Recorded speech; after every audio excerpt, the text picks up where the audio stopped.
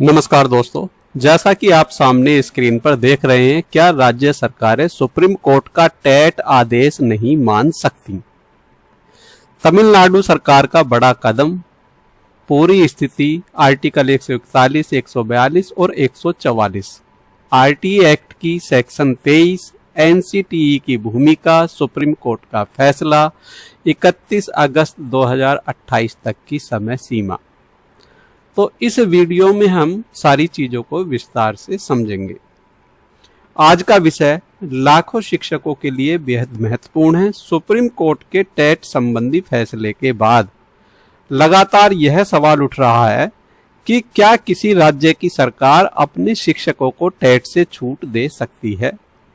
क्या राज्य सरकार सुप्रीम कोर्ट के आदेश को मानने से इनकार कर सकती है?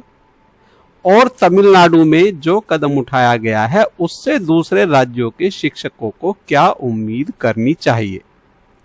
सबसे पहले एक महत्वपूर्ण बात स्पष्ट कर दें। तमिलनाडु ने अभी सुप्रीम कोर्ट के टेट आदेश को रद्द नहीं किया है। 25 अगस्त 2026 को तमिलनाडु विधानसभा ने एक प्रस्ताव पारित करके केंद्र सरकार से मांग की है कि 23 अगस्त 2010 से पहले नियुक्त सरकारी शिक्षकों को टेट से पूर्ण और स्थायी छूट दी जाए। में आरटीई एक्ट में संशोधन और एनसीटीई के स्तर पर आवश्यक कदम उठाने की मांग की गई है। लगभग 3.28 लाख शिक्षक इससे प्रभावित बताए गए हैं तमिलनाडु राज्य के अंदर। तो सवाल यह है कि आखिर इसकी कानूनी ताकत कितनी है? सुप्रीम कोर्ट ने 1 सितंबर 2025 के अपने फैसले में कहा था कि आरटीई एक्ट के अंतर्गत आने वाले विद्यालयों में टेट शिक्षक की निर्धारित न्यूनतम योग्यता का हिस्सा है। बाद में 29 मई 2026 को रिव्यू पिटीशन पर सुप्रीम कोर्ट ने अपने मूल फैसले में बदलाव नहीं किया, लेकिन टेट प्राप्त करने की समय सीमा को 31 अगस्त 2028 तक बढ़ा दिया। केंद्र सरकार ने भी अगस्त 2026 में यही स्थिति स्पष्ट की थी। इसका मतलब साफ है, टेट की अनिवार्यता समाप्त नहीं हुई है, केवल अनुपालन की समय सीमा बढ़ी है। अब आइए समझते हैं कि तमिलनाडु सरकार ने क्या किया। तमिलनाडु विधानसभा ने यह नहीं कहा कि हम सुप्रीम कोर्ट का आदेश नहीं मानेंगे, बल्कि विधानसभा ने केंद्र सरकार से कहा है कि 23 अगस्त 2010 से पहले नियुक्त शिक्षकों को स्थायी रूप से टेट से छूट देने के लिए आरटीई एक्ट में संशोधन किया जाए और एनसीटीई के नियमों में आवश्यक बदलाव किया जाए। यानी यहां राज्य और विधानसभा एक मांग को केंद्र के सामने रख रही हैं।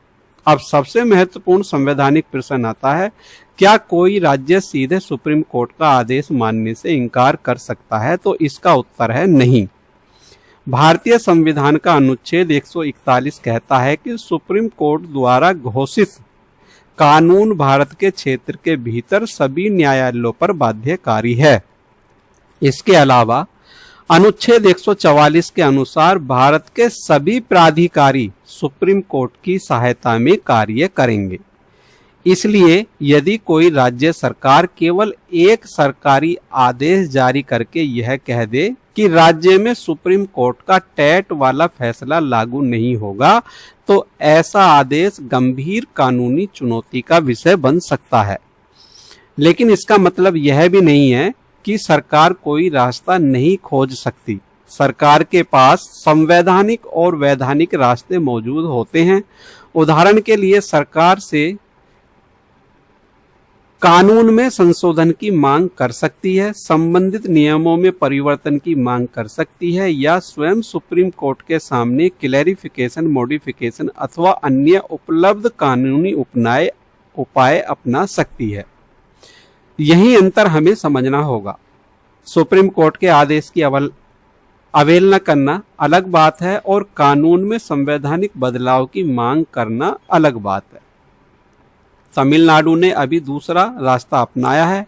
अब सवाल है, क्या पंजाब, उत्तर प्रदेश, राजस्थान, दिल्ली या कोई दूसरा राज्य भी ऐसा कर सकता है?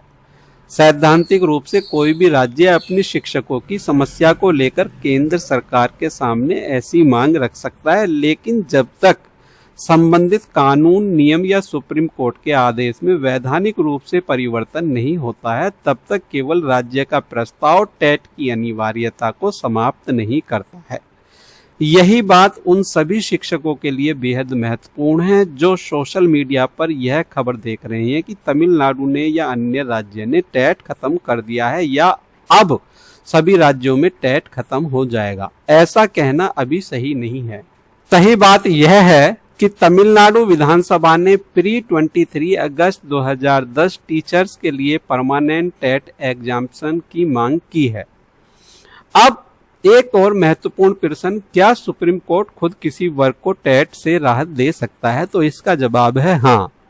कुछ परिस्थितियों में सुप्रीम कोर्ट संविधान के अनुच्छेद 142 के अंतर्गत पूर्ण न्याय करने के लिए विशेष राहत दे सकता है। मौजूदा टेट मामले में भी सुप्रीम कोर्ट ने सीमित परिस्थितियों में आर्टिकल 142 का प्रयोग किया है। जिन शिक्षकों की 1 सितंबर 2025 को सेवानिवृत्ति में 5 वर्ष से कम समय बचा था, उन्हें टेट पास किए बिना सेवा जारी रखने की राहत दी गई थी। हालांकि ऐसे शिक्षक टेट पास किए बिना प्रमोशन के लिए पात्र नहीं होंगे। दूसरी ओर जिन शिक्षकों की 5 वर्ष से अधिक सेवा बाकी थी, उनके लिए टेट की आवश्यकता बनी रही और बाद में कंप्लायंस डेडलाइन को 31 अगस्त 2028 तक बढ़ाया गया। इसलिए यह कहना भी गलत होगा कि सुप्रीम कोर्ट ने हर पुराने शिक्षक को टेट से पूरी तरह से मुक्त कर दिया है। अब बात आती है एनसीटीई की। एनसीटीई शिक्षक की न्यूनतम योग्यता से संबंधित महत्वपूर्ण निर्णायक नियामक संस्था है। तमिलनाडु विधानसभा के प्रस्ताव में भी एनसीटीई गाइडलाइन में आवश्यक बदलाव की मांग की गई, लेकिन एनसीटीई भी ऐसा कोई कदम नहीं उठा सकता जो सीधे संसद के कानून या सुप्रीम कोर्ट के बाध्यकारी निर्णय से टकराए।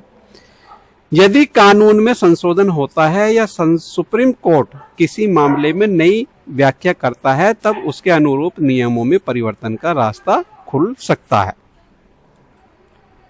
यही वजह है कि आने वाले दिनों में केंद्र सरकार आरटीई एक्ट की सेक्शन 23, एनसीटीई की गाइडलाइंस और सुप्रीम कोर्ट के आगे की कार्यवाही इस पूरे विवाद के महत्वपूर्ण बिंदु होंगे। तमिलनाडु का यह प्रस्ताव दूसरे राज्यों के शिक्षकों के लिए उम्मीद पैदा करता है, तो इसका जवाब है हाँ, लेकिन यह अभी कानूनी समाधान नहीं है। यह एक राजनीतिक और नीतिगत दबाव जरूर पैदा करता है। यदि दूसरे राज्य भी इसी प्रकार प्रस्ताव पारित करते हैं और केंद्र सरकार के सामने प्री 2010 टीचर्स के लिए एग्जेम्पशन की मांग करते हैं, तो केंद्र के सामने इस विषय पर व्यापक निर्णय लेने का दबाव बढ़ेगा। लेकिन अंतिम परिणाम इस बात पर निर्भर करेगा कि केंद्र सरकार क्या कदम उठाती है और यदि कानून या नियम में कोई परिवर्तन होता है तो उसकी संवैधानिक वैधता क्या रहती है। इसलिए शिक्षकों को फिलहाल अपनी रणनीति बहुत सावधानी से बनानी है। 31 अगस्त 2028 की समय सीमा को हल्के में नहीं लेना चाहिए। सुप्रीम कोर्ट ने रिव्यू पिटीशन खारिज करने के बाद यह समय दिया है और केंद्र सरकार ने भी इसे आधिकारिक रूप से स्पष्ट किया है। साथ ही जिन शिक्षकों के मामले में कोई विशेष छूट या अलग परिस्थिति लागू होती है, उन्हें अपने राज्य के आधिकारिक आदेश और अपने सेवा रिकॉर्ड के आधार पर स्थिति देखनी होगी। अंत में पूरे मामले का निष्कर्ष, राज्य विधानसभा प्रस्ताव पास कर सकती है, राज्य सरकार केंद्र के कानून में संशोधन की मांग कर सकती है, केंद्र सरकार कानून या नियम में बदलाव पर विचार कर सकती है, एनसीटीई अपने अधिकार क्षेत्र में नियमों पर कदम उठा सकती है, लेकिन कोई राज्य अपने आदेश में सुप्रीम कोर्ट की बाध्यकारी फैसले को समाप्त नहीं कर सकता है। और तमिलनाडु के मामले में अभी वास्तविक स्थिति यही है कि 23 अगस्त 2010 से पहले नियुक्त शिक्षकों को टेट में स्थायी छूट देने की मांग विधानसभा ने केंद्र सरकार के सामने रखी है। यह अभी अपने आप में सुप्रीम कोर्ट के आदेश को खत्म करने वाला कानून नहीं है, इसलिए आने वाले समय में सबसे महत्वपूर्ण सवाल होगा, क्या केंद्र सरकार आरटीई एक्ट के सेक्शन 23 में संशोधन करेगी? क्या एनसीटी प्री 2010 टीचर्स के लिए कोई अलग व्यवस्था बनाएगी? यदि ऐसी कोई संशोधन होता है तो सुप्रीम कोर्ट उसके संवैधानिक परीक्षण में क्या फैसला करेगा? यही 3 प्रश्न अब पूरे टेट विवाद की दिशा तय करते हैं। इसलिए दोस्तों, फिलहाल सुप्रीम कोर्ट का आदेश प्रभावी है और 31 अगस्त 2028 की समय सीमा महत्वपूर्ण है। अगर आगे केंद्र सरकार, एनसीटी या किसी राज्य सरकार की ओर से कोई आधिकारिक आदेश आता है तो उसी के आधार पर शिक्षकों की वास्तविक स्थिति बदलेगी। जानकारी आपको अच्छी लगी है तो वीडियो को लाइक करें, वीडियो को शेयर करें और यदि आपने हमारा चैनल सब्सक्राइब नहीं किया है तो चैनल को सब्सक्राइब करें। मिलते हैं नई अपडेट और नई जानकारी में। जय हिंद, जय भारत, धन्यवाद साथियों।